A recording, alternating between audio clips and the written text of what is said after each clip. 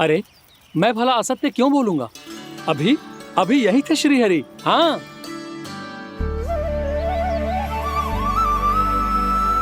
हाँ, जैसे श्री हरि को तो कोई कार्य है ही ना। वो तो आतुर होके बैठे रहते हैं, कब तुम हरि हरि बुलाओ और वो दौड़े चले आए।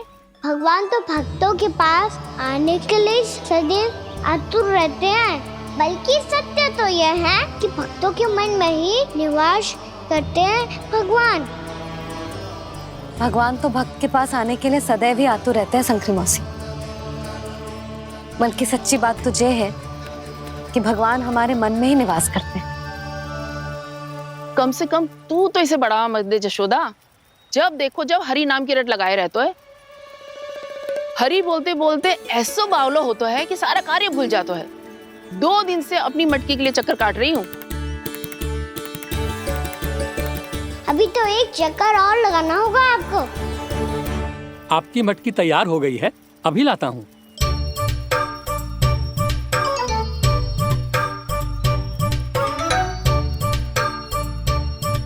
लो जी मटकी।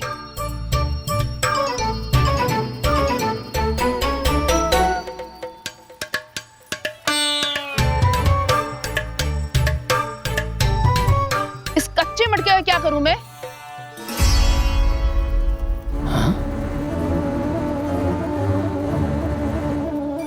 पर इसे तो मैंने भट्टी में पकाया था। अब तू ही देख ले कितना ध्यान रहता है इस कार्य पे। और कह तो है कि श्री हरि आते हैं इससे मिलने। हाँ आते हैं और आगे भी आएंगे हमारे श्रीहरि हमसे मिलने। और आके मोक्ष देंगे, है ना? मांगूंगा तो मोक्ष भी दे देंगे, मांगूंगा तो मोक्ष भी दे देंगे, मांगूंगा तो मोक्ष भी दे देंगे। अभी तो ये बता कि तू मुझे मेरी मटकी कब देगो? और मेरी मांग कब पूरी करोगे भोला राम जी? मेरो घड़ा मेरे दिए तो तैयार है ना कल एकादशी की पूजा और व्रत के लिए। एकादशी का व्रत? हाँ, एकादशी का व्रत। इसे करने से श्री हरि बहुत प्रसन्न होते हैं। अच्छा, फिर तो अभी लाया।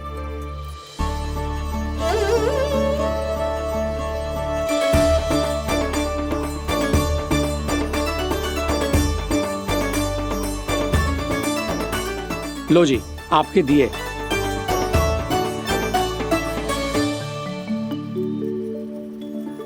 और जो हमने मांगा है वो? बाकी सब शेष द्वादशी के दिन मिलेगा, क्योंकि कल मैं भी एकादशी का व्रत रखूंगा, क्योंकि कल मैं भी एकादशी का व्रत रखूंगा, क्योंकि कल मैं भी एकादशी का व्रत रखूंगा।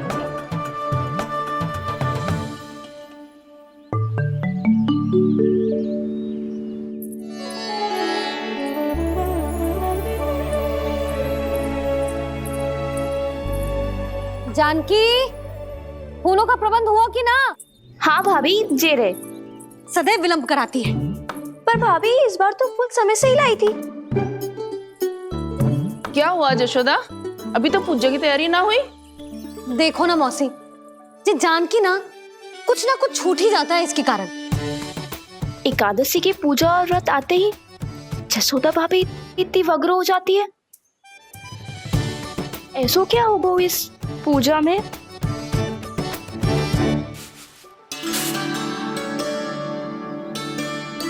ये थाली में रोली चंदन रखने से, दिया जलाने से के होगो? आपको पता भी है एकादशी का व्रत क्यों रखते हैं? क्या महत्व है इसका? लो, जे तो मैं जसोमती रानी से पूछना भूल ही गया। पर हाँ भगवान, मेरे लिए इतना ही पर्याप्त है कि इस व्रत को रखने से मेरे श्रीहरि हमसे प्रसन्न हो जाएंगे।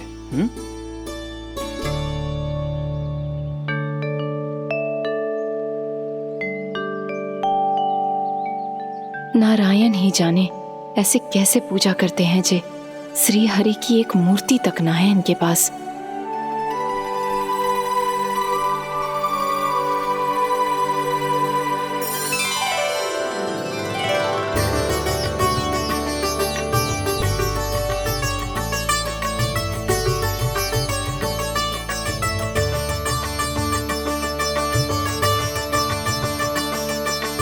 प्रभु, न तो मेरे पास मूर्ति है और ना तो इस व्रत के विधि विधान के बारे में मुझे जानकारी है और ना ही मुझे इसके महत्व के बारे में जानकारी है, पर फिर भी मैं करना चाहता हूं।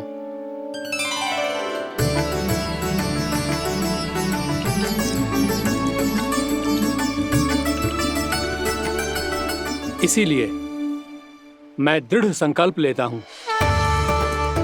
पूरी निष्ठा के साथ, श्रद्धा के साथ और पूरी आस्था के साथ मैं इस व्रत को संपन्न करूंगा।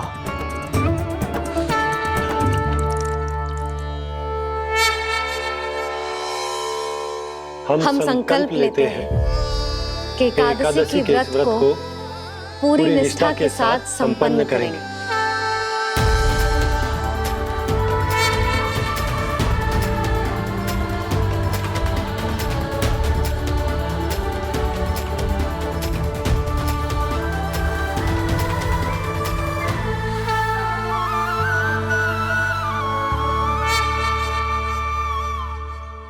तुलसी जी के पत्ते तो हैं ही ना। श्री नारायण को तुलसी जी के पत्ते के बिना भोग ना चढ़तो है। जानकी, तुलसी के पत्ते कहाँ हैं? भाभी, मैं तो कब से यही पूछना चाह रही थी कि तुलसी के पत्ते लाऊं क्या, पर आप तो व्यस्त थी ना। तुझे कितनी बार समझाओ है ना, यदि तेरे कछु करने से किसी और की कोई हानि ना हो रही हो या किसी के अच्छे कार्य में सहायता हो रही हो तो मुझसे आज्ञा लेने की आवश्यकता ना है। समझ गई भाभी, आगे से जाना उनको। ले अभी लेकर आती हूँ।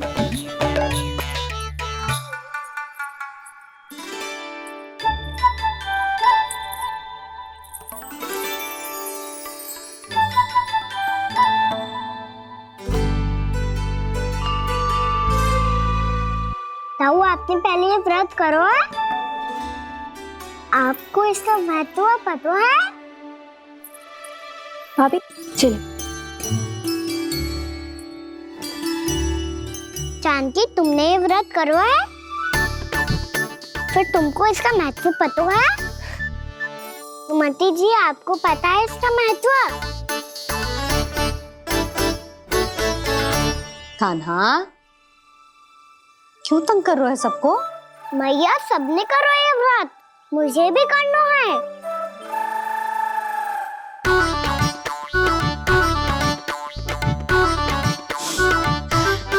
ये व्रत केवल बड़ों के लिए होती है लल्ला। जब आप ये व्रत कर सकती हो, बाबा कर सकते हैं,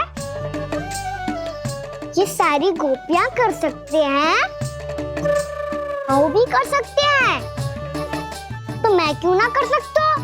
क्योंकि तू कल तक भूखा ना रह पाएगा लल्ला।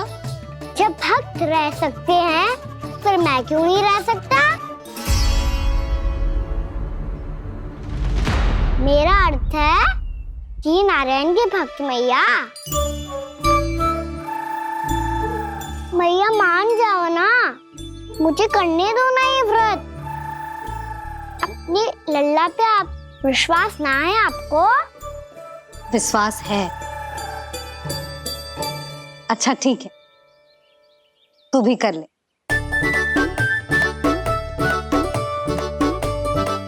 पर मैया, व्रत की कथा तो सुनाओ, मैं तो अबध हूँ ना। मुझे कैसा पता चलेगा कि ये व्रत करते क्यों हैं?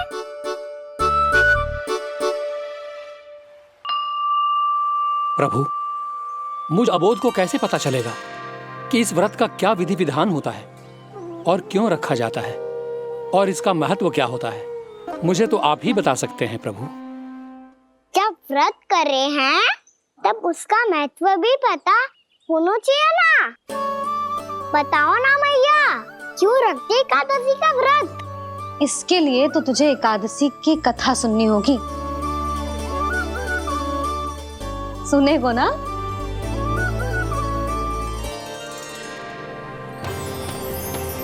वसुदेव सुतं देवं कंस चाणूरमर्दनम्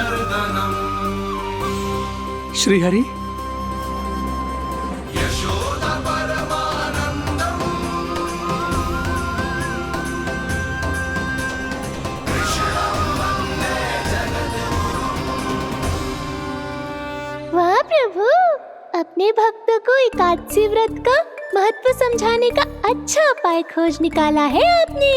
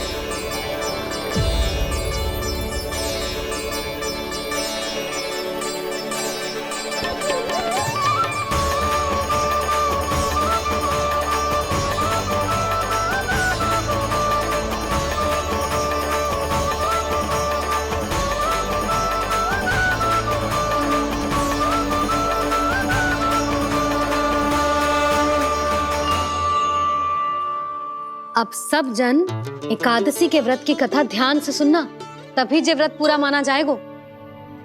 समझो लल्ला।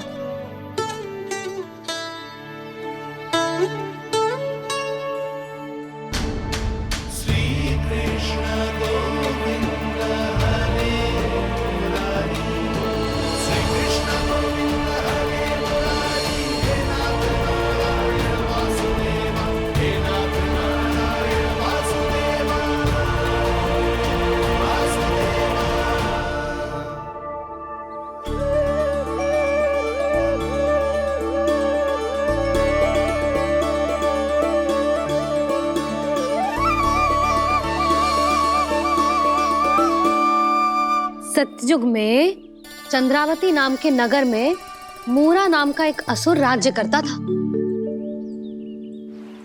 ओम ब्रह्मदेवाय नमः। ओम ब्रह्मदेवाय नमः। ओम ब्रह्मदेवाय नमः। ओम ब्रह्मदेवाय नमः।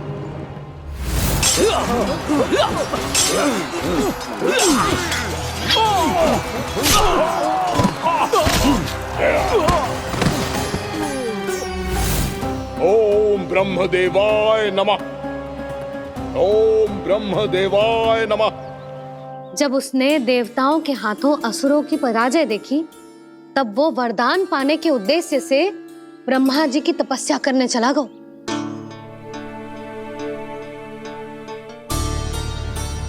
शीघ्र ही मूरा की तपस्या सफल हो गई और ब्रह्मदेव जी उससे प्रसन्न हो गए।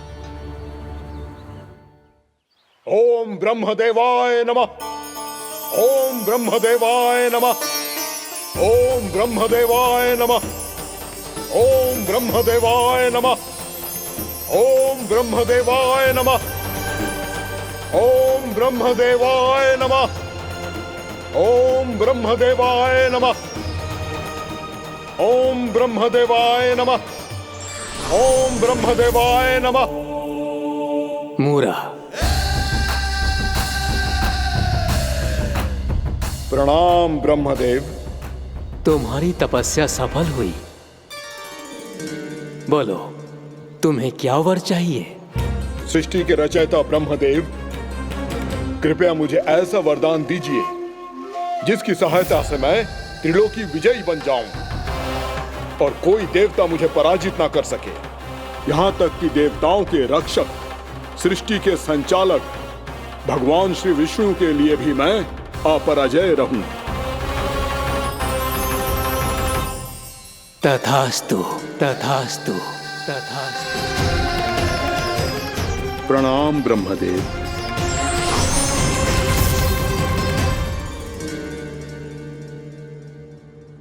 ऐसा वरदान पाकर मूरा बहुत अभिमानी होगा। यक्षों, किन्नरों, यहाँ तक कि देवताओं को भी युद्ध के लिए ललकारने लगो, पर किसी ने भी उसकी ललकार को स्वीकार ना करो, क्योंकि सभी उसकी शक्ति से बहुत भयभीत थे और उसके सामने युद्ध किए बिना ही अपनी पराजय स्वीकार करने लगे और फिर दंभ में आके उसने स्वर्ग लोक पर भी आक्रमण कर दिया और देवराज इंद्र तक को चुनौती दे डाली।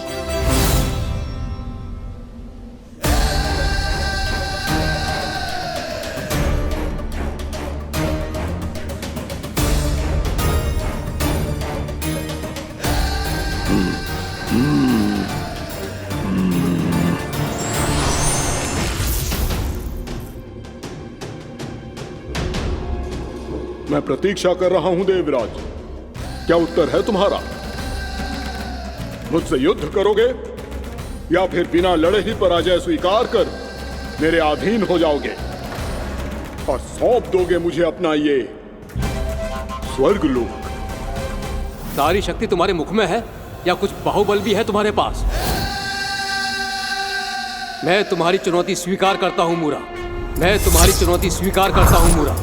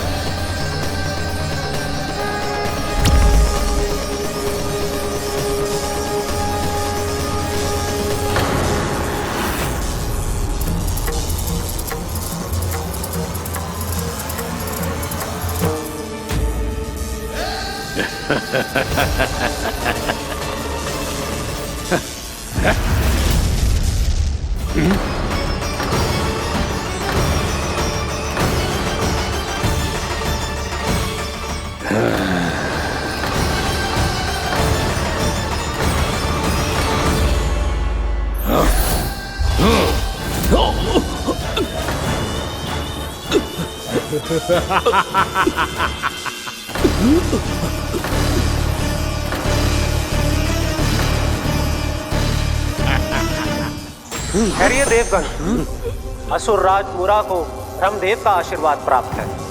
आप में से कोई भी इन्हें पराजित नहीं कर पाएगा।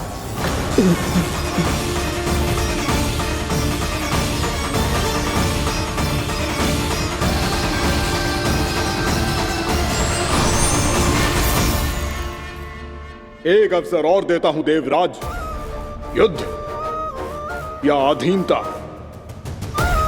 क्या उत्तर है तुम्हारा देवराज?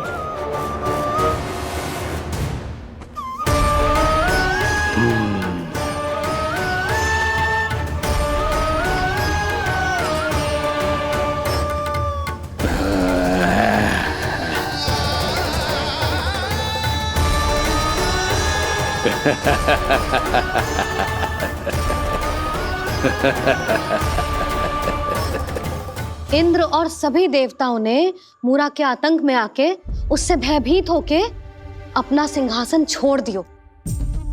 अब मूरा स्वर्ग का अधिपति बन गयो और शीघ्र ही उसने अन्य सभी असुरों को स्वर्ग में निवास करने के लिए आमंत्रित कर दियो। और इस प्रकार से वो धीरे धीरे तीनों लोकों का सम्राट बन गयो। उसे किसी ने रोका नहीं मैया।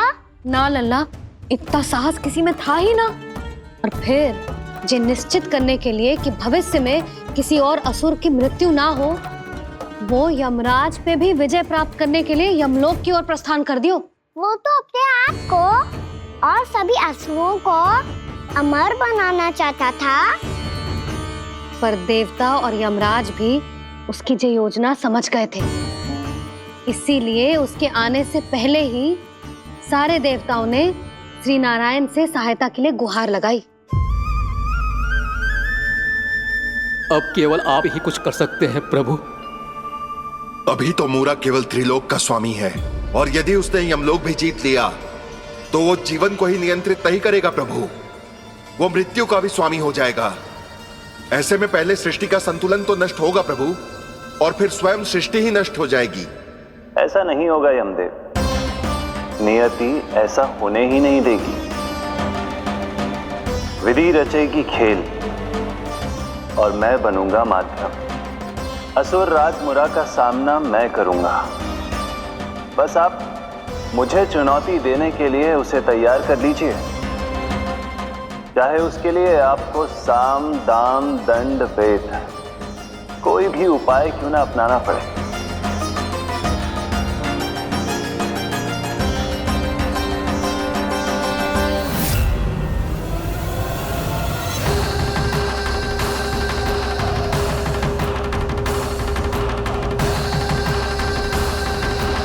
आप तो मेरी प्रतीक्षा में पहले से ही खड़े हैं यमदेव।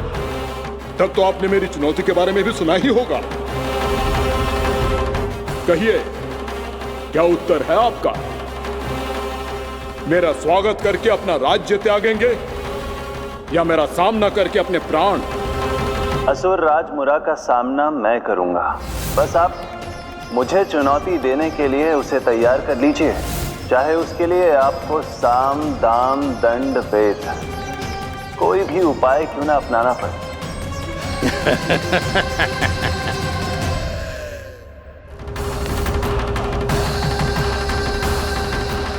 आप तो मेरी प्रतीक्षा में पहले से ही खड़े हैं यमदेव। तब तो आपने मेरी चुनौती के बारे में भी सुना ही होगा। कहिए, क्या उत्तर है आपका? मेरा स्वागत करके अपना राज्य त्यागेंगे या मेरा सामना करके अपने प्राण? हे असुर श्रेष्ठ, मैं आपकी अधीनता स्वीकार करने के लिए तैयार हूं। बस एक विनती है मेरी। शर्त को विनती का नाम देकर पहलाना चाहते हो मुझे यमराज? असुर राज मूरा के सामने शर्त रख पाओ, इतना सामर्थ्य नहीं है तुम में। इसका आभास है मुझे असुरराज, पर मैं आपकी अधीनता स्वीकार करूं इससे पहले आपको स्वामी धर्म का पालन करना होगा। मेरे पुराने स्वामी के क्रोध से मेरी रक्षा करनी होगी आपको। कौन है तुम्हारा पुराना स्वामी? भगवान श्री नारायण। और छोटी माँ, मूरासुर को तो श्री नारायण से भी रक्षा का वरदान प्राप्त था ना? यही तो श्री नारायण की लीला थी बलराम। पर वो राक्षस अपने दम में जे समझ ही ना पाओ कि वो क्या भूल करने जा रहे है, और पहुंच गो भगवान श्री नारायण को चुनौती देने के लिए।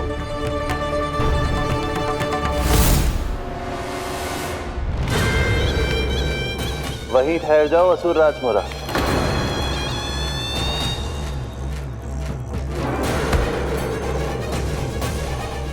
यहां क्यों आए? आपको पराजित करने और ये वैकुंठ जीतने, ताकि मैं यमलोक का स्वामी बन सकूं। फिर आओ, युद्ध भूमि में मेरा सामना करो।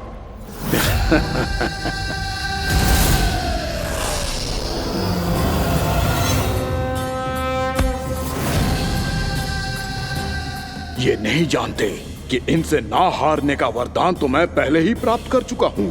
इसलिए युद्ध ठीक से आरंभ हो पाए उससे पहले ही इन्हें जीत लूंगा मैं।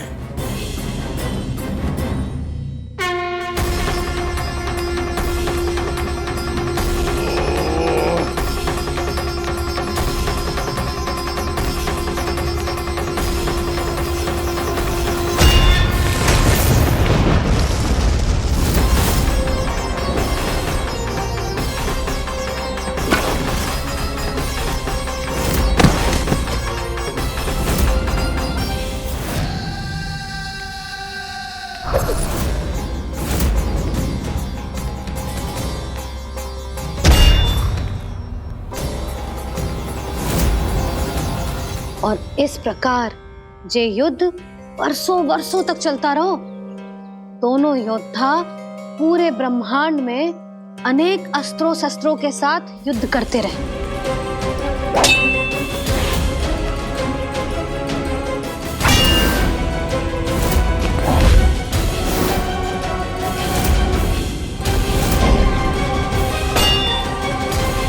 फिर क्या हुआ मैया?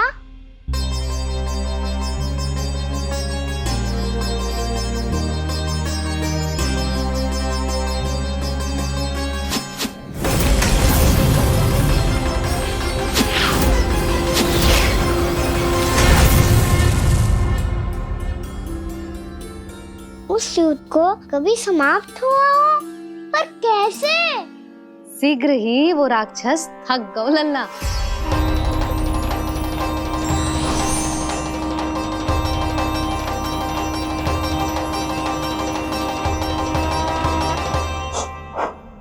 खड़े खड़े देख क्या रहे हैं नारायण? आक्रमण कीजिए, वध कर दीजिए मेरा।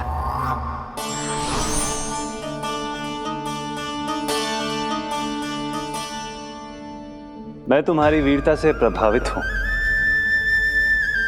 इसीलिए इतनी थकान की स्थिति में मैं तुम जैसे वीर पर आक्रमण नहीं करूंगा। जाओ, विश्राम करो। यदि फिर से युद्ध करने की इच्छा हो तो तुम्हारा स्वागत होगा।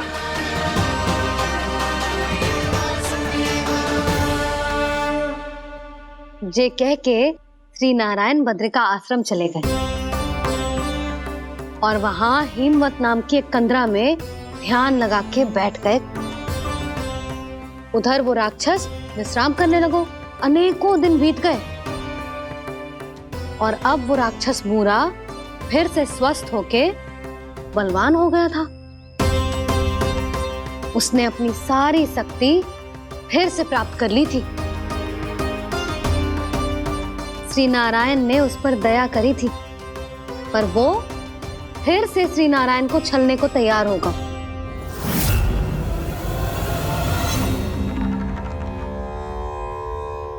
ध्यान में बैठे बैठे श्री नारायण योग निद्रा में चले गए, पर दुष्ट मूरा इसी अवसर का लाभ उठा के उनकी कंदरा में घुस आयो ताकि वो सोते हुए श्री नारायण पे आक्रमण कर सके।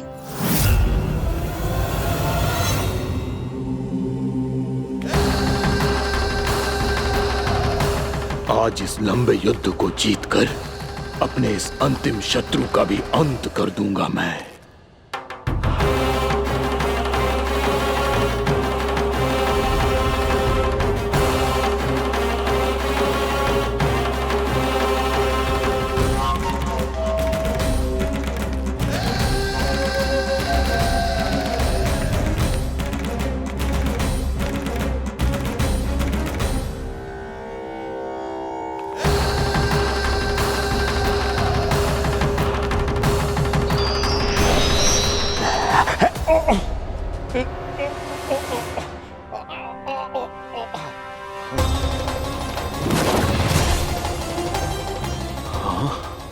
दुष्ट राक्षस, प्रभु ने तुझ पर दया की, तुझे संभलने का अवसर दिया। तू इन्हीं पर ही छल से वार करने चला है।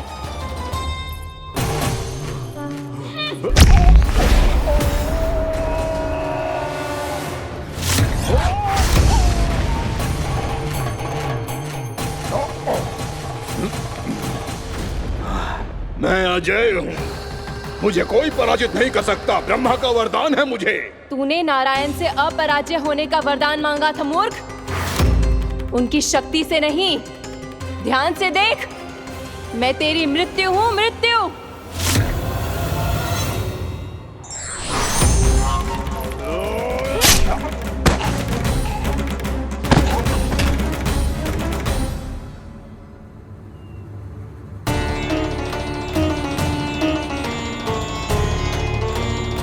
वो देवी कौन थी छोटी माँ? और कौन बलराम, वो ही तो थी देवी एकादशी।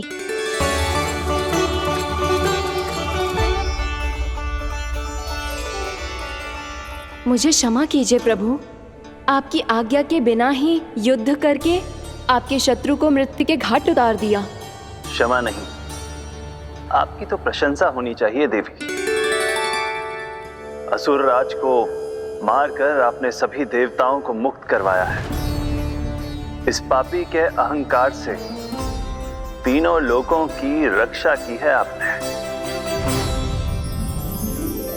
आप एकादशी की तिथि पर मेरी एकादश इंद्रियों से उत्पन्न हुई हैं। इसीलिए मेरे सभी भक्त आपको उत्पन्न एकादशी के नाम से जानेंगे। सभी तिथियों में आपका स्थान सर्वश्रेष्ठ होगा। जिस तरह आपने राक्षस के आक्रमण से मेरी रक्षा की है, उसी प्रकार एकादशी के दिन व्रत करके जो भी भक्त आपकी कथा सुनेगा, मैं स्वयं उसकी रक्षा करूंगा। जो आपकी पूजा करेगा उसे मेरी विशेष कृपा प्राप्त होगी और उसके साथ साथ उसे मिलेगा धन, सिद्धि और मोक्ष।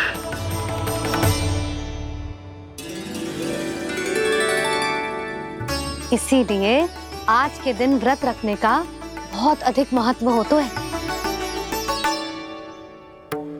बोलो एकादशी मैया की जय। बोलो श्री नारायण भगवान की जय।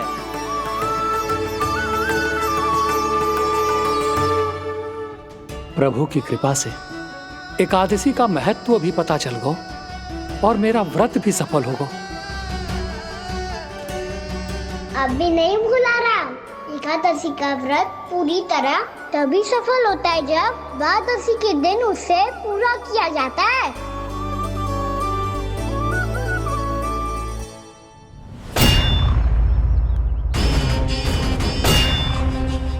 आवश्यक है आपको यह आभास होना कि उस विष्णु अवतार को पराजित करने के लिए आपके साधारण योद्धाओं में वो सामर्थ्य नहीं है। वो विष्णु अवतार कुछ अधिक ही असाधारण है।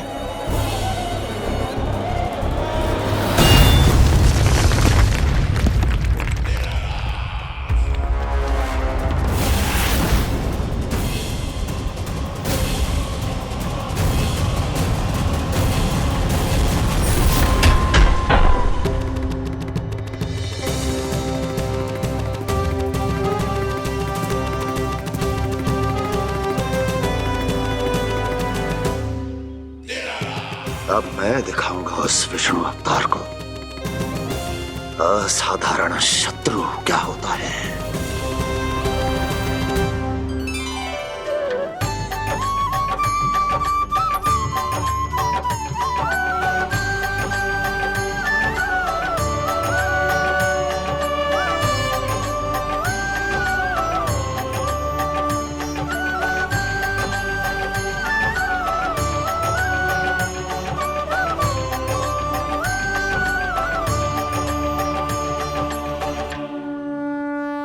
मामा अधीर हो रहे हैं, पर मैया ने मुझे अभी तक बाहर जाने की आज्ञा नहीं दी है। अभी उन्हें किसी और राक्षस को यहाँ भेजने से रोकने के लिए मुझे ही कुछ करना होगा।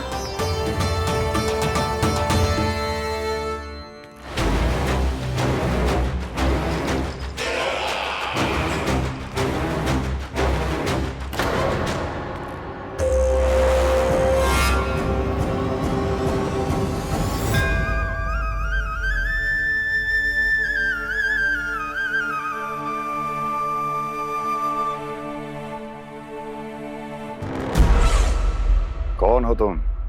बचपन से ही मुझे मारने का सपना देख रहे हैं, फिर मुझे ही नहीं पहचानते।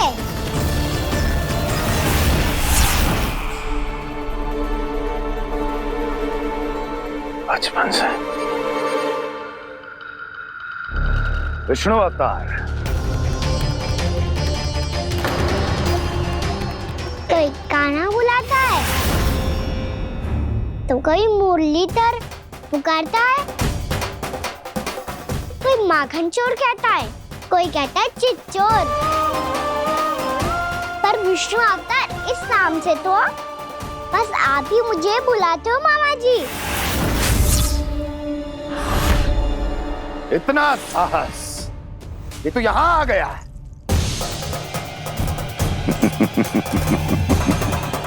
यहाँ आ तो गया तू विष्णु अवतार, किंतु यहाँ से जीवित नहीं जाएगा। तेरे इस शीश को तेरे धड़ से अलग कर दूंगा मैं।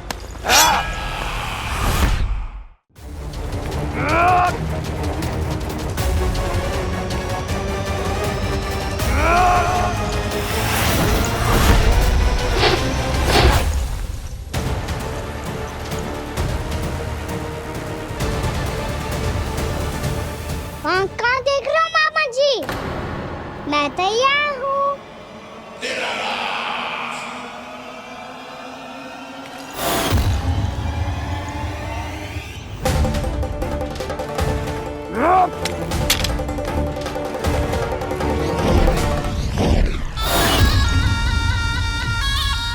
मामा जी, आप सदैव इसी तरह क्रोध में रहते हो क्या?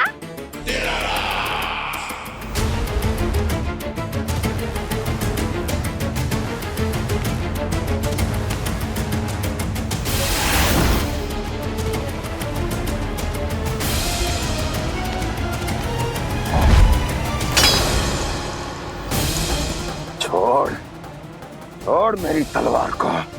छोड़ो तो तब जब पकड़ा हूँ।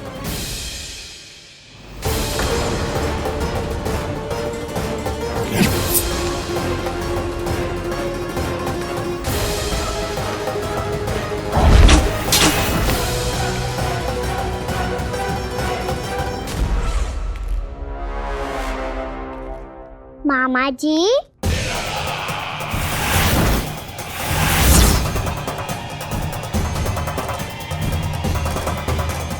आप थक गए होंगे, थोड़ा विश्राम कर लो।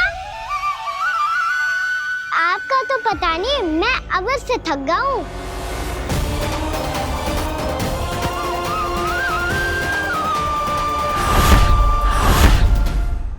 मेरे सिंहासन पर बैठने का तो साहस।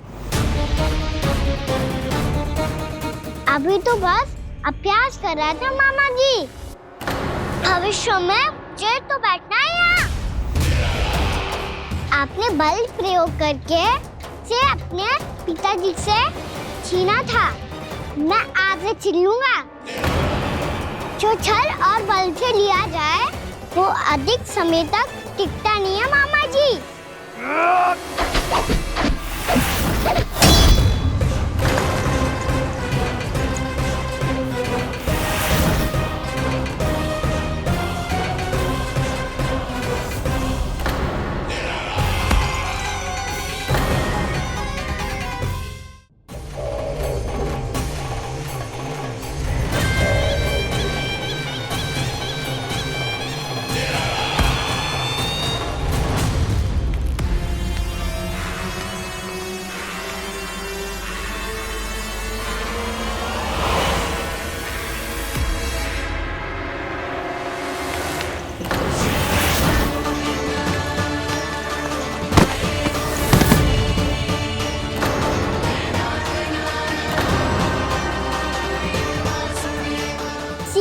आपको ये सिंहासन छोड़ना होगा।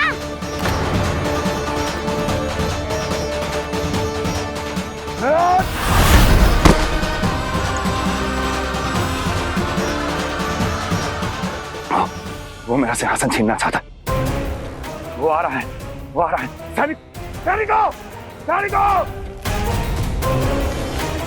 दुर्जन, बंद कर दो सभी द्वार और झरों के, सबके सब।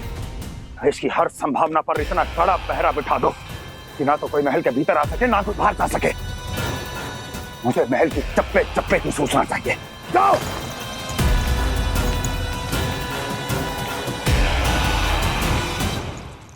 सिंहासन।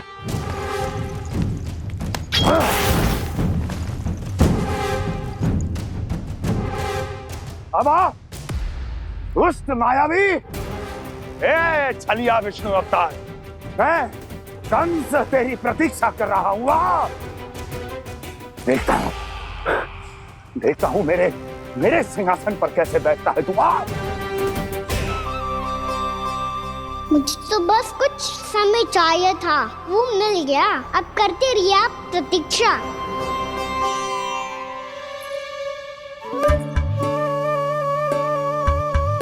जी अपने आप से बातें क्यों कर रहे हो जी?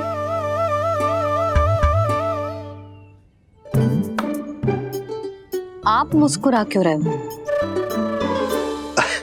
ना कछु ना। बताओ क्यों मुस्कुरा रहे हो? तुम ही पर गए हैं जी।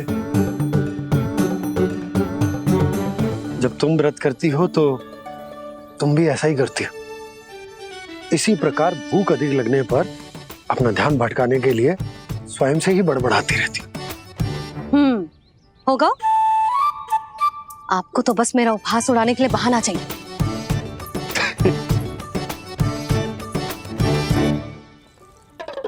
नन्ना, भूख लगी है? ना मैया, व्रत करे तो भूख कैसे लगेगी?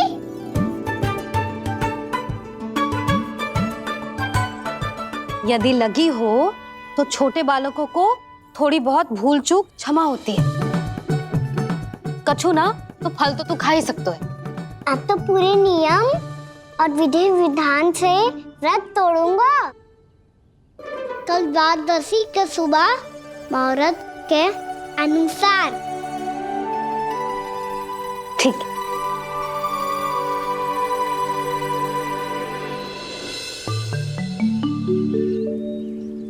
लल्ला, एकादशी समाप्त हो गई है, द्वादशी लग गई है।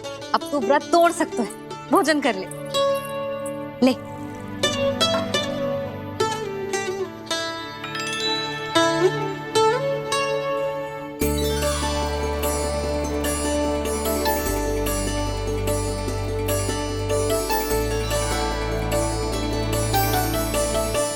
आज तो कार्य कर लीजिएगा। मैं ना चाहती कि सब गांव वाले फिर से आपका उपहास उड़ाएं। अरे इसी क्षण कार्य आरंभ करना आवश्यक ना है, कुछ खा तो लो। कल भी पूरे दिन व्रत में रहे, अब तो कुछ खा लो। ना ना, अभी बिल्कुल भूख ना है। और हाँ भगवान, तुम्हें चिंता करने की आवश्यकता नहीं है। आज मैं किसी को भी 2 शब्द कहने का अवसर नहीं दूंगा। अरे कुछ खाओगे पियोगे नहीं तो कैसे रहोगे?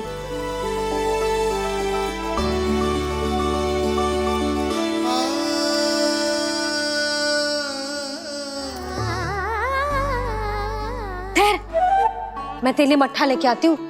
व्रत के बाद पीने से पेट ठंडा रहता है। रुक।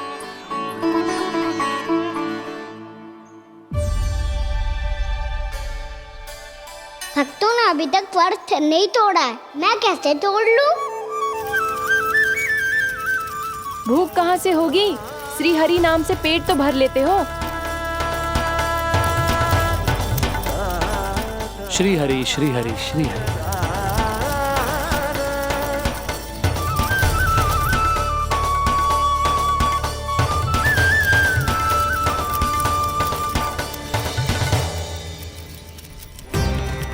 हरि हरि प्रभु हरि, हरि हरि प्रभु हरि, हरि हरि प्रभु हरि, हरि हरि प्रभु हरि। कल से अन्न का एक दाना ना गो है पेट में। अब क्या व्रत तुड़वाने भी आपके प्रभु ही आएंगे? अब क्या व्रत तुड़वाने भी आपके प्रभु ही आएंगे? मैया,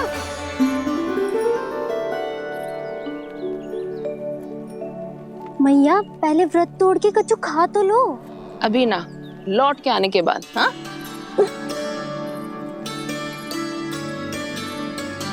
बलराम, ठहरो पुत्र, पहले कुछ खा लो। व्रत तोड़ना आवश्यक होता है।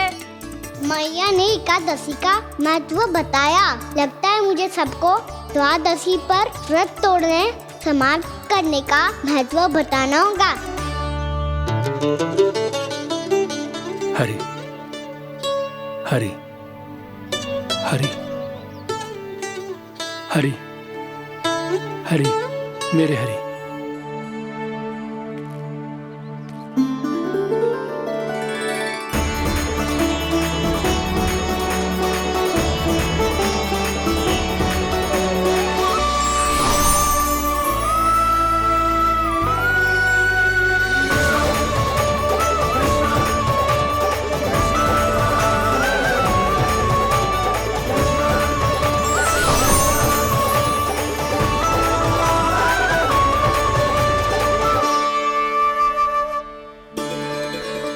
अभी अभी तो मैंने बच्चों की माँ को वचन दिया था कि आज किसी को शिकायत करने का अवसर ना दूंगा, और अब मैं प्रभु श्री हरि की कल्पना जसोमती रानी के लल्ला में ही करने लगा।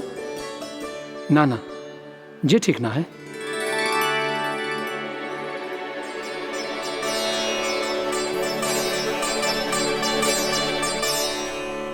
ठीक है तो है, बिल्कुल सही पहचाना है आपने। बड़े तो बड़े, अब तो बालक भी हमारा उपहास उड़ाने लगे। मैं आपका उपहास नहीं उड़ाने आया, मैं तो आपके एकादशी के व्रत को पूरा कराने आया हूँ।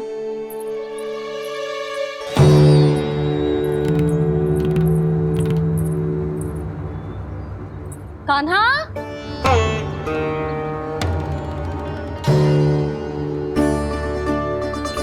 तो ये रे आपकी छड़ी और ये रे मेरी पीठ। सेक देना ताकत तोड़। आज तो इसकी पीठ सेक के रहूंगी मैं। मैया घर पे भूखी मुझे ढूंढ रही होगी। लो, आज द्वादशी के दिन पहले प्रहर में भोजन करके अपना एकादशी का व्रत पूरा करो आप। धन्यवाद राजकुमार, पर अभी हमें भूख नहीं है, बहुत सारा काम पड़ा है और अभी थोड़ी ही देर में शंकरी बहन भी अपनी मटकी लेने आती होंगी।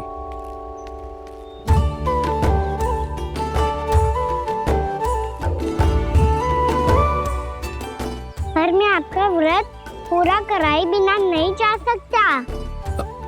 भला क्यों? भक्त भूखा रहे और भगवान खा ले, ऐसा हो सकता है भला?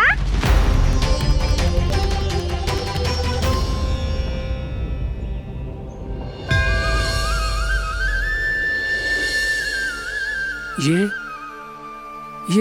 कैसा भ्रम हो रहा है मुझे? मुझे लगता है अपना काम करना चाहिए। एकादशी के पहले प्रार में व्रत पूरा करना बहुत आवश्यक होता है, ना तो एकादशी का व्रत भी पूरा ना मानो जातो। इतनी सारी ज्ञान की बातें तुम्हें कैसे पता है लल्ला?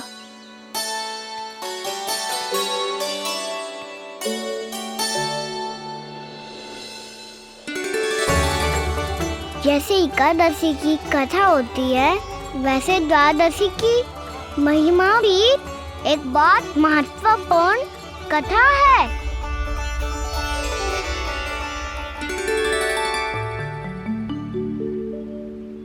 कैसी कथा? बिल्कुल सही समय पे आई हो आप, क्योंकि आपको ये कथा आपको अवश्य सुननी चाहिए।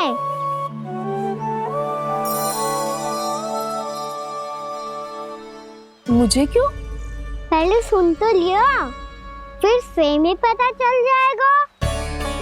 बहुत समय पहले एक राजा हुआ करते थे, राजा अम्बरीश। भगवान श्री हरि के बहुत बड़े भक्त थे। ओम नमो नारायणाय। ओम नमो नारायणाय।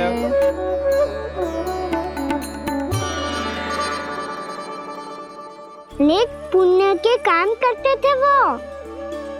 अपनी पत्नी के साथ हरि का नाम जपते रहते थे।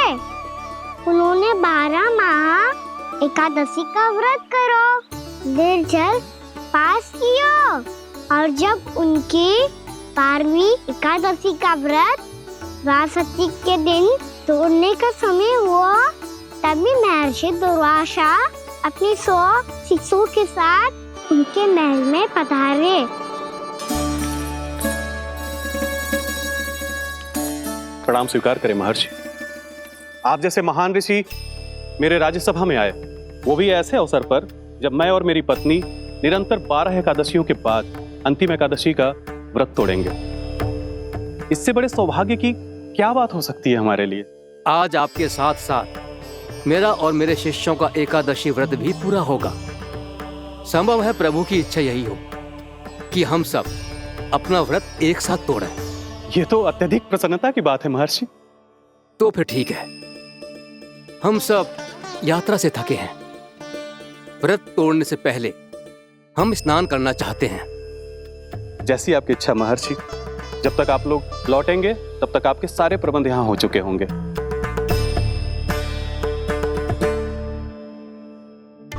महर्षि दुर्वासा स्नान करने गए थे, पर उन्हें लौटने में विलंब हो रहा था, और इधर द्वादशी पर व्रत पूरा करने का मुहूर्त बीता जा रहा था।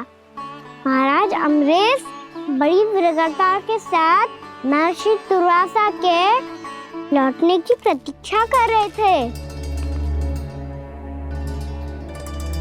महाराज, व्रत तोड़ने का मुहूर्त बीता जा रहा है, बस कुछ ही समय बचा है। महर्षि और उनके शिष्यों को लौटने में न जाने कितना समय लग जाएगा। मेरा सुझाव है कि आप मुहूर्त समाप्त होने से पहले व्रत अवश्य तोड़ लें। गुरुदेव, हमने महर्षि दुर्वासा को वचन दिया है कि जब तक वो लौटेंगे नहीं तब तक हम व्रत नहीं तोड़ेंगे। इसीलिए मैं उनका लौटने के बाद ही भोजन ग्रहण करूंगा। पर महाराज, मुहूर्त यदि बीत गया और समय रहते हो नहीं आए तो महाराज आपका व्रत पूरा नहीं होगा। महाराज, आपको उसका फल नहीं मिलेगा। महाराज, 12 एकादशियों का व्रत व्यर्थ चला जाएगा।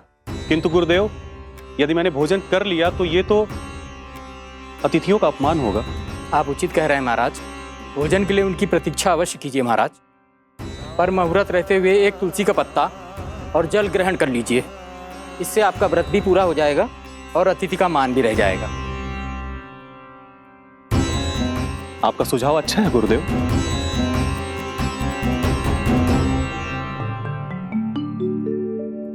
जैसे ही महाराज ने तुलसी का पत्ता खायो, वैसे ही महर्षि दुर्वासा लौट आए। महाराज,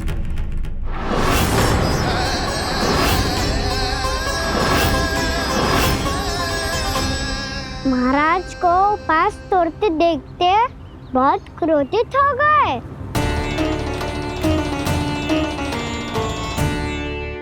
बहुत बड़े भक्त हैं आप, परंतु आप ये नहीं जानते अपने अतिथियों के साथ कैसा व्यवहार करना चाहिए।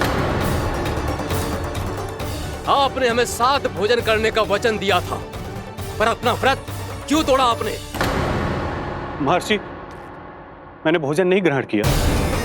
कहीं मुहूर्त न निकल जाए, इस कारण मैंने एक तुलसी का पत्ता ग्रहण कर लिया। 56 भोग खाया हो या एक पत्ता, अपना व्रत तोड़कर अतिथियों का अपमान किया है, मेरा अपमान किया है। अब आपको दंड भोगना होगा ताकि आप सीख पाएं कि अतिथियों के साथ कैसा व्यवहार होना चाहिए।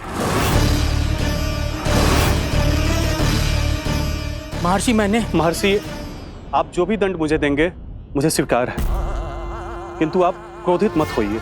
क्रोध का कारण आपने दिया है महाराज। एक महर्षि का अपमान करके राक्षसी प्रवृत्ति का परिचय दिया है आपने, इसीलिए अब एक राक्षसी आपको दंड देगी।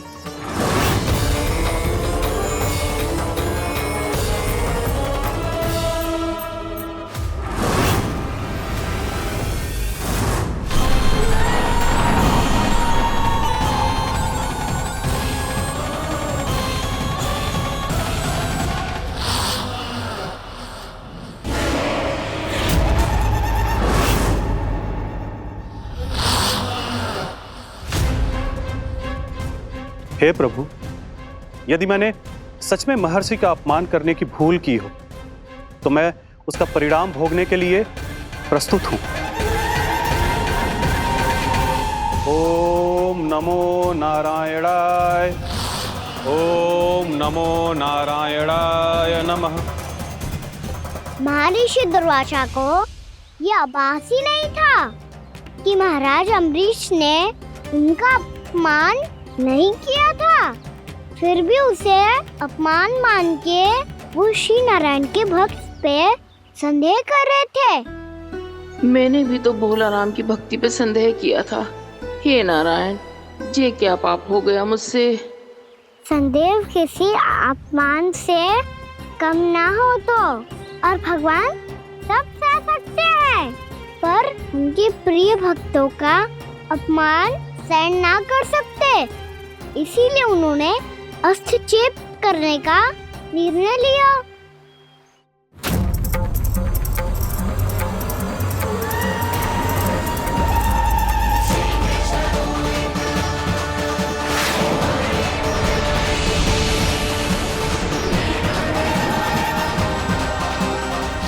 ओम नमो नारायणाय।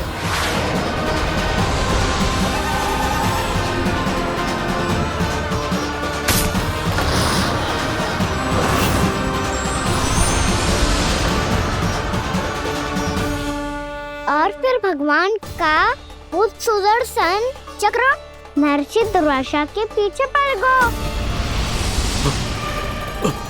ये चक्र तो मेरी ओर बढ़ रहा है। ओम नमो नारायणाय। ये कैसे संभव हो सकता है? कोई रोको इसे, कोई रोको इसे।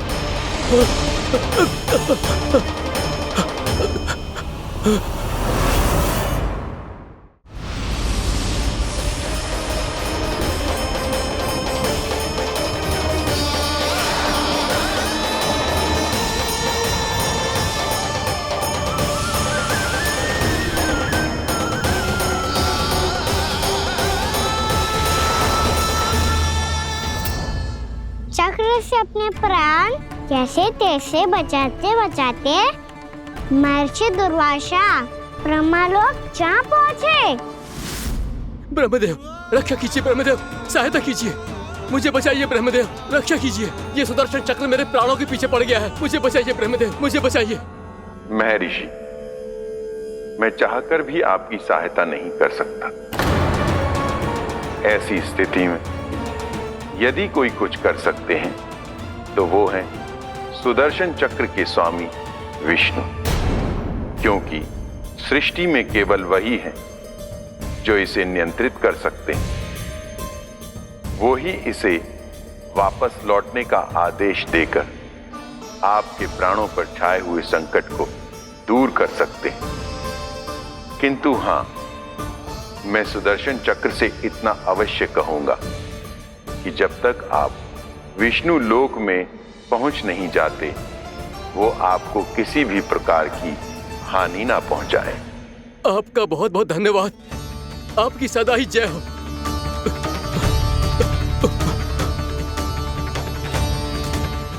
फिर क्या था? भागते भागते महर्षि दुर्वासा सीधे भगवान श्री हरि के शरण में बैकुंठ पहुंच गए। त्राहिमाम प्रभु, त्राहिमाम, मुझे बचाइए, मेरी सहायता कीजिए प्रभु, मेरी सहायता कीजिए।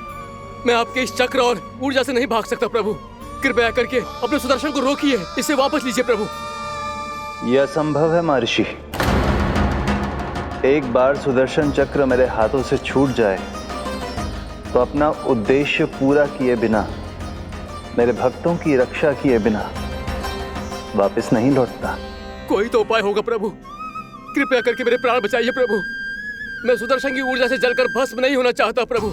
आप जो कहेंगे मैं करूंगा प्रभु, मेरी सहायता कीजिए प्रभु, मेरी सहायता कीजिए। एक उपाय है, किंतु मुझे नहीं लगता कि आप वो कर पाएंगे। मैं अवश्य करूंगा, मैं अपनी प्राण रक्षा के लिए कुछ भी करूंगा प्रभु।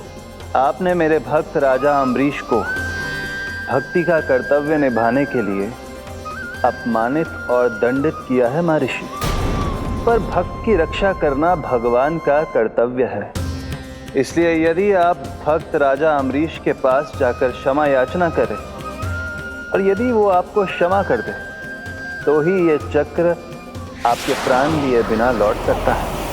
अन्यथा आप तो जानते हैं महर्षि, मेरे भक्त का अपमान मेरा अपमान।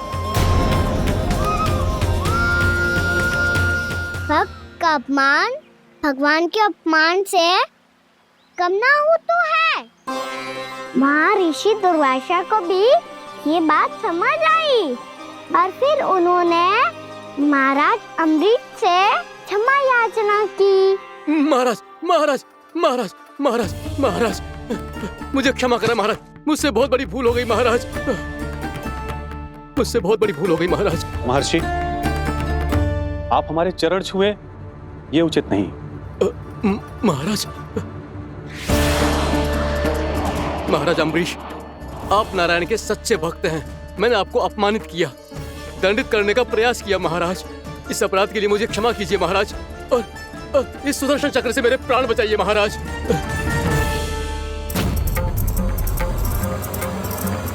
हे महान सुदर्शन, यदि महर्षि के लिए मेरे हृदय में अभी भी वही सम्मान और प्रेम हो जो इनके प्रथम आगमन पे था, तो कृपया आप अपने धाम वापस लौट जाइए।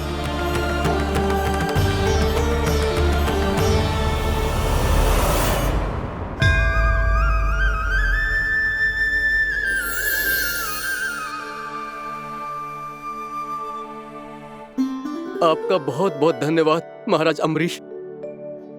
मैं आपको आशीर्वाद देता हूं कि आप देवराज इंद्र के समान शक्तिशाली हों। आपकी कीर्ति का पताका 10 दिशाओं में फहराए। मेरी बस एक ही इच्छा है महर्षि, कि मैं आपके साथ अपना उपवास तोड़ सकूं।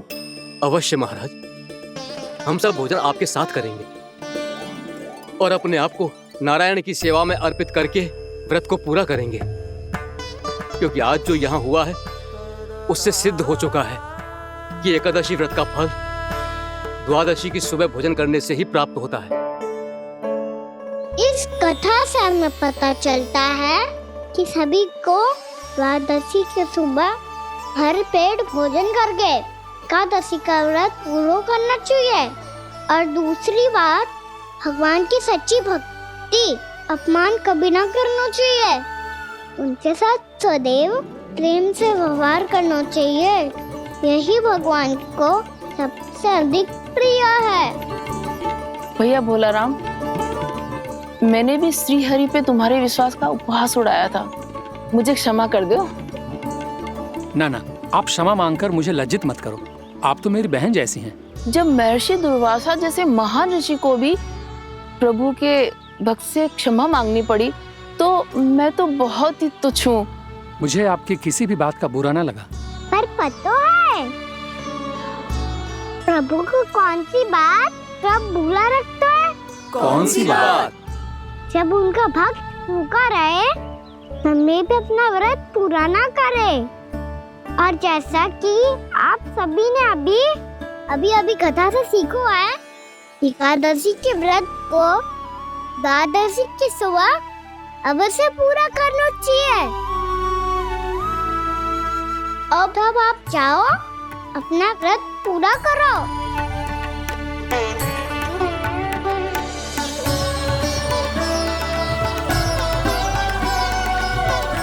मैं आपके लिए जल लेके आती हूँ।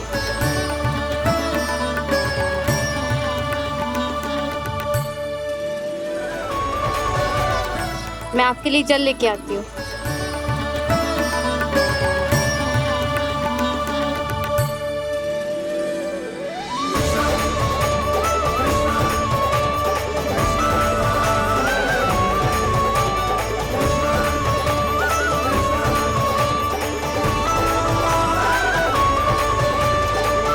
लो खाओ।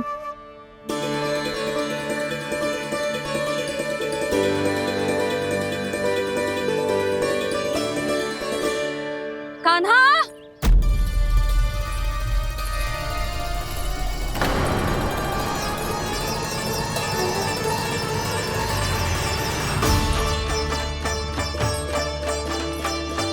बोलो काका, सिगरेट छुपा लो मुझे, मैया आ रही है, बहुत क्रोध में लगती है।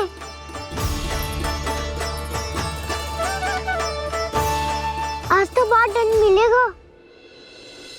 अभी क्षण भर पहले तो ये साक्षात भगवान के रूप में बात कर रहे थे, और अब अचानक ही ऐसे बालक बन गए जो मैया से दंड मिलने के भय से व्याकुल हैं।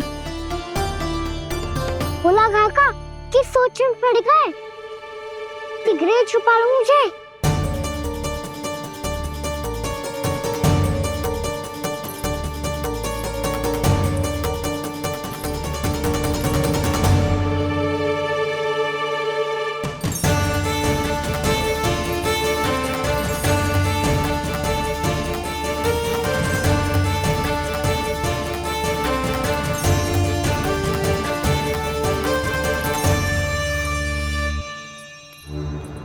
भोलानाथ जी, कान्हा को देखो है क्या? मैंने तो अपने प्रभु को देखा है।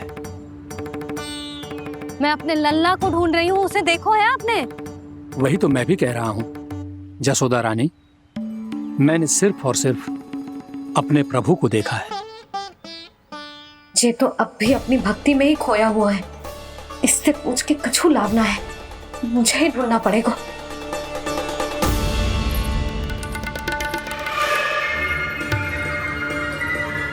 बच गए। शंकरी मौसी, कान्हा को देखो है क्या कहीं?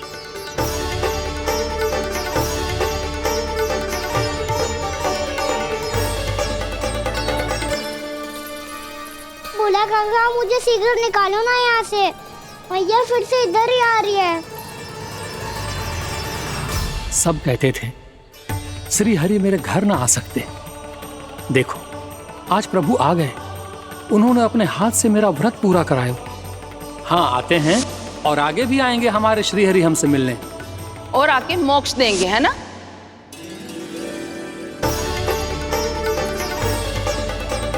सिगरेट निकालो ना भोला काका, भैया आ रही है।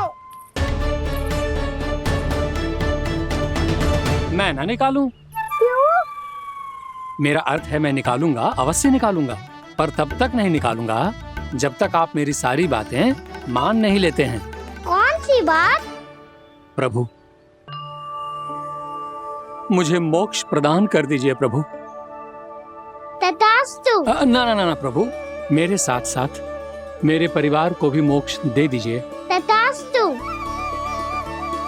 अब तो निकाल दो, मैया देख लेंगी। ना प्रभु, मेरे परिवार के साथ मुझसे जुड़ी हुई हर वस्तु, जीव जंतु, प्राणी, गाय बैल भैंस, सभी को मोक्ष प्रदान कर दीजिए प्रभु। तथास्तु। प्रभु, आप सच में अद्भुत हैं। मैंने जो मांगा आपने बिना सोचे समझे सब प्रदान किया। मैं ही अपनी मांगे बढ़ाता रहा। प्रभु, प्रभु मुझे क्षमा कर दीजिए। प्रभु मुझे क्षमा कर दीजिए।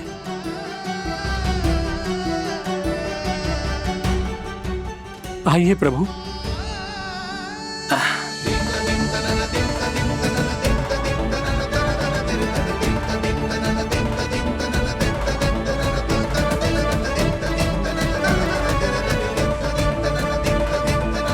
प्रभु, आप तो प्रभु हो, हरि हो, भगवान हो।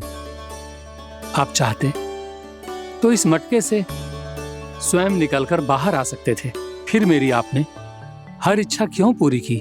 क्योंकि मेरे भक्त की इच्छा पूरी करने में मुझे भी प्रसन्नता मिलती है।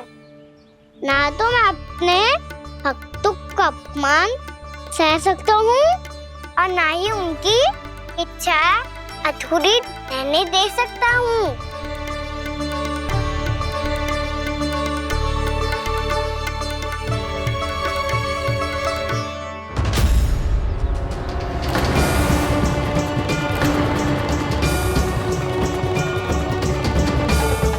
क्या कही थी तूने?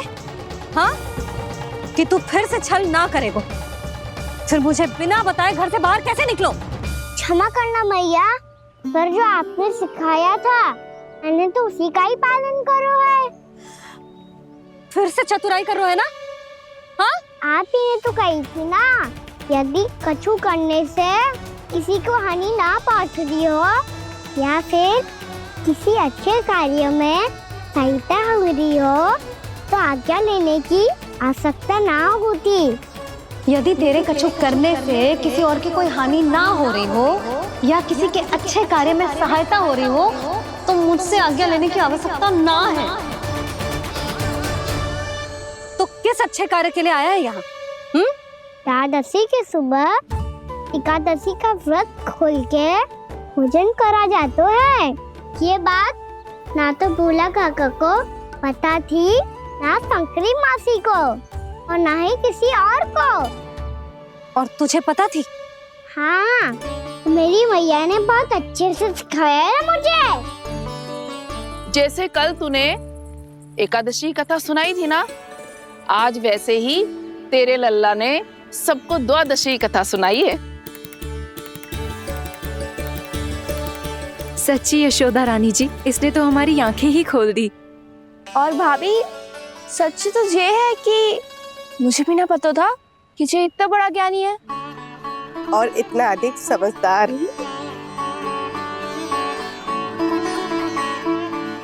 द्वादशी की कथा?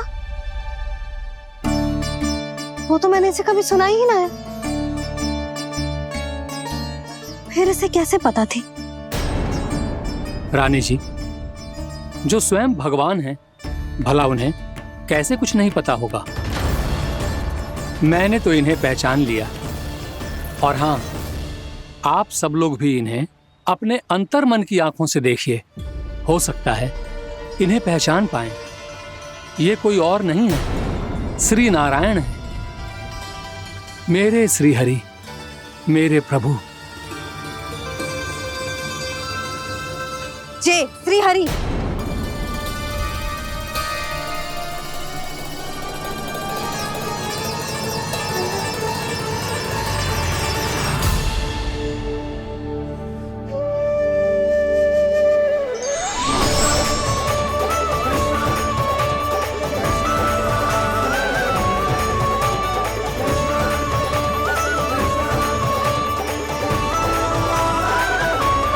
ये क्या कर दिया भोला? जिस रास्ते को मैंने इतनी कठिनाई से बचा के रखा था, सबके सामने उसे उजागर कर दिया तुमने।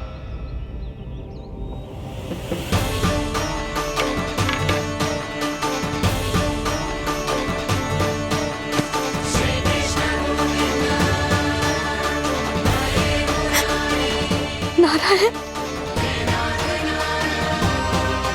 नारायण, श्री नारायण।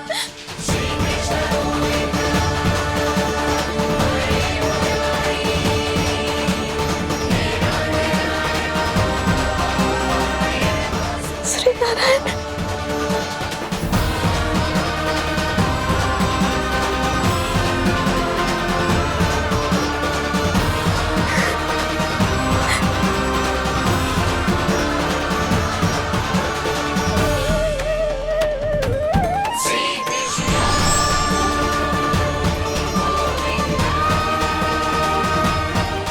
श्री नारायण प्रभु।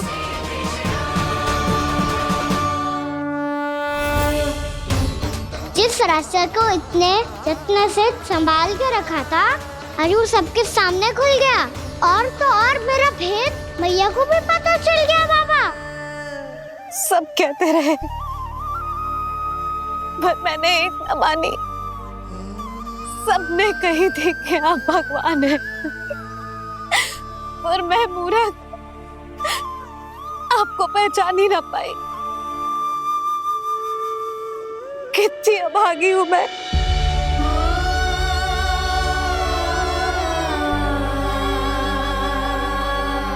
जिस मुंह से मुझे आपकी महिमा गानी चाहिए थी,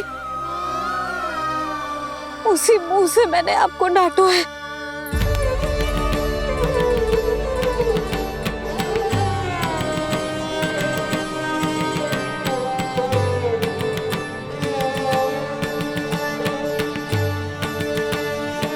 जिन हाथों से मुझे आपके चरण छूने चाहिए थे, उन हाथों से मैंने आपके कान पकड़े।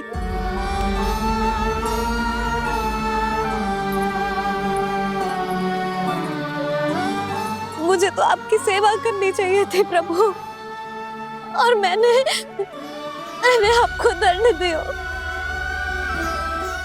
आपको घर से बांध दियो।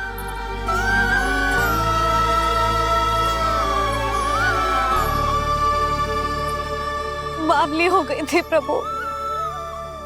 अपने श्री नारायण को, अपने प्रभु को एक साधारण सा बालक समझ लियो मैंने।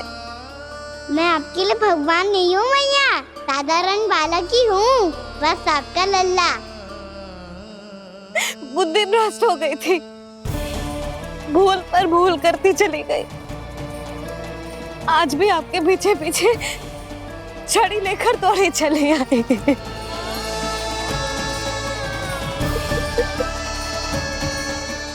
अपने आप को दोष मत दो मैया, आपके इस ममता के लिए तो जन्म लिया है मैंने। हमारा से मन बदलने मत दो। मेरे लिए वही पुरानी मैया बनी रहो आप, और मुझे रहने दो आपका वही नटखट लल्ला। मुझे क्षमा कर दो प्रभु, मुझे क्षमा कर दो। बाबा ये कैसा अंत हो गया आज? मैया तो मुझे भगवान मानने लगी, पर मैं इसे स्वीकार नहीं कर सकता। अभी नहीं बाबा, इतनी शीघ्र नहीं। आप ऐसे खड़े क्यों बाबा? कुछ ऐसा करो ना कि मैया फिर से मेरे मैया बन जाए। उनकी दृष्टि में भक्ति नहीं, ममता चाहिए मुझे। कान्हा, मेरे सामर्थ्य में हो तो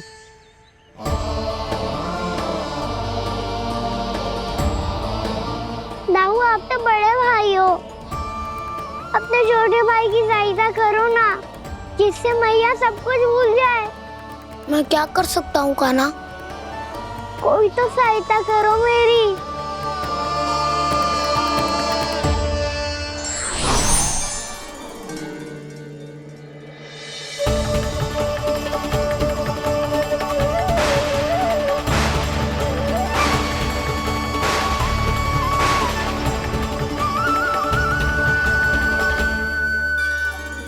अपने आप को संभालिए प्रभु।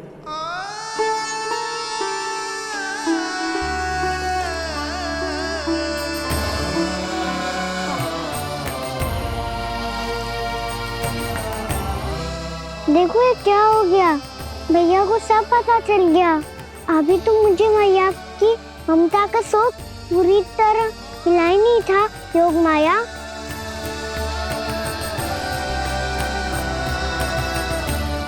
मेरी सहायता करो ना। कितनी अद्भुत है ममता की शक्ति। भगवान को भी एक साधारण बालक बना देती है। बालक की बना रहना चाहता हूँ मैं, नहीं चाहता दिव्य होना, नहीं चाहता भगवान बनना। बस मैया की गोद में रहकर ममता की रस से सेम को भी घन हो जाता हूँ। इनकी डांट फटकार का सुख पाना चाहता हूँ। कुछ भी करे योग माया, पर इन सबको भुला दो मेरा सत्य।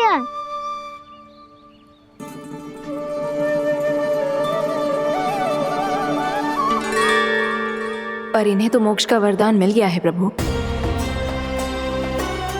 इसलिए इनके लिए समय की गति को लौटा पाना संभव नहीं होगा।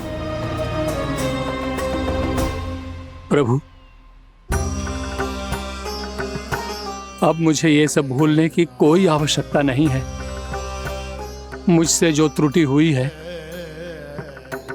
अब वो दोबारा कभी नहीं होगी, और आज के बाद आपका ये सत्य मैं किसी को नहीं बताऊंगा प्रभु, क्योंकि मुझे पता चल गया है कि आपका यशोमती मैया के लल्ला बने रहना कितना आवश्यक है।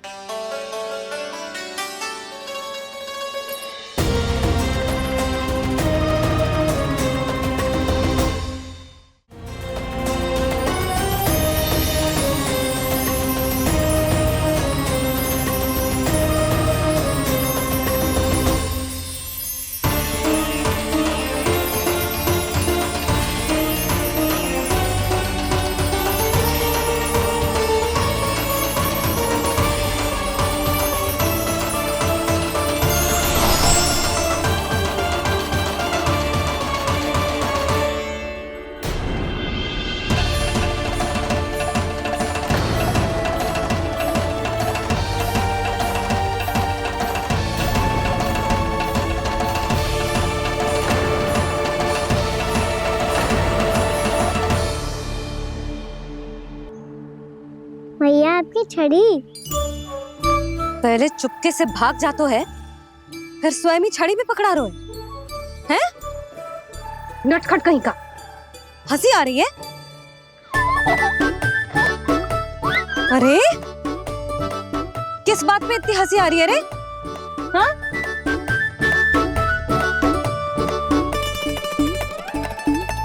आपकी लीला अद्भुत है प्रभु, और अद्भुत है आपका मैया के प्रति प्रेम। हंसी ना है मैया, ये तो प्रसन्नता है, अपने मैया से मिल जाने की प्रसन्नता। अच्छा, ढूंढ मैं तुझे रही हूँ और तू कह रहे हो कि मैं मिल गई तुझे। तो घर चल लल्ला, अच्छे से पिटाई करूंगी तेरी।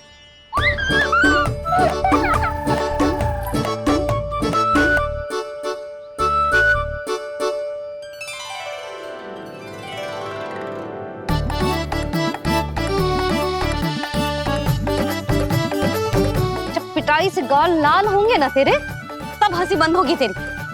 चल।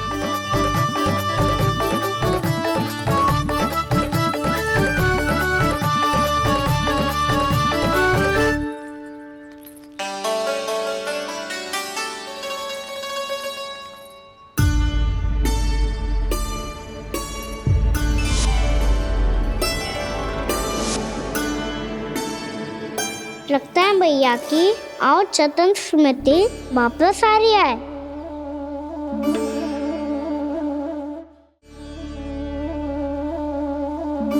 यशोदा, क्या होगो? ना कछु ना। आपको बताऊंगी तो और हंसेंगे मुझ पे। बोल दो, मैं उपास ना उड़ाऊं, सच्ची। देखो देखो इसे कैसे हंस रहा है। मेरे हाथ में छड़ी है, मैया क्रोधित है, पर जे तनिक में भय ना लग रहा है इसे। हाँ, हंसे जा रहा है।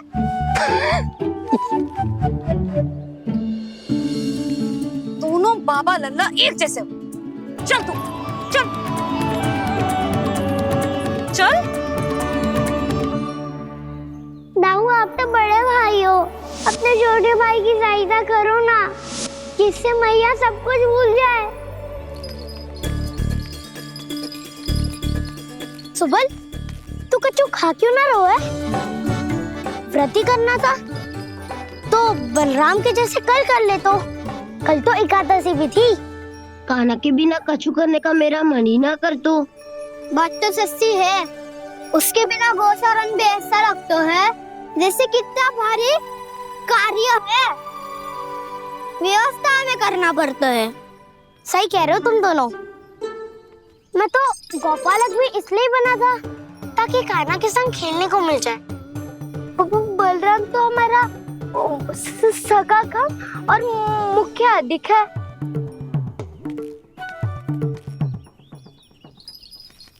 रुक जाओ, तुम सब कुछ देर विश्राम कर सकते हो।